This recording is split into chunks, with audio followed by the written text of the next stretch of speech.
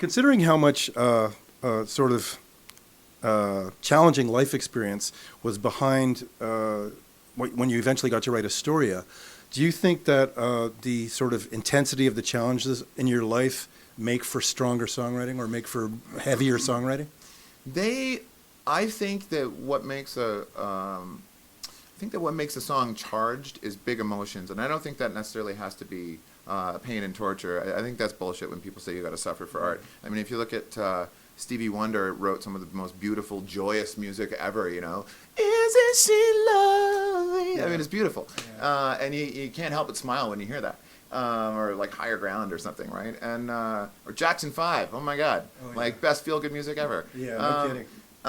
But those are still about big emotions, right? And I think when you're an artist, you're going to be inspired by your own life. So the bigger emotions that you're feeling, probably the bigger the song is, if that makes sense. As someone who seems to be, I would imagine, a pretty sensitive guy, it must be a little bit crazy being in the fishbowl and having to sort of deal with that and being sensitive to the whole thing.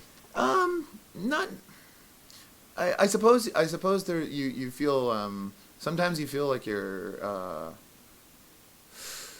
because I write songs from a personal place. Sometimes it feels like I'm letting people just read my diary. You know what I mean? Because I try and not really hold back too much. But at the same time, like I've always been inspired by people who would really just put it out there. And like for example, when I was feeling pretty dark and wasn't really working. I was trying to cheer myself up, so I decided to watch a bunch of stand-up comedy. And I was watching Richard Pryor on the Sunset Strip.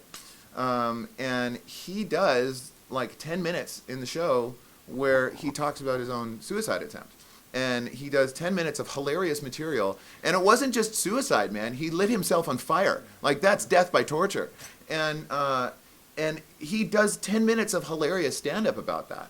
And I watched that, and I was like, that's the bravest performer I've ever seen. I can't believe you took like the darkest, most candid moment of your life and you made your art out of it. And it's awesome and you're crushing.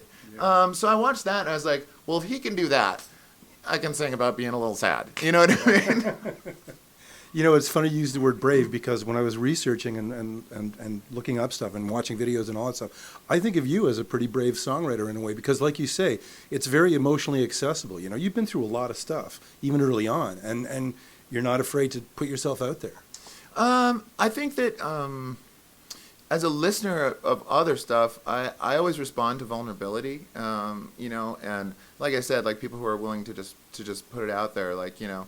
And I think a lot of people do respond to stuff like that. And I don't know, it's just like I was writing songs a long time before it was my job, you know, and I just kind of wrote how I wrote. And I feel like if it ain't broke, just, you know. Right, yeah.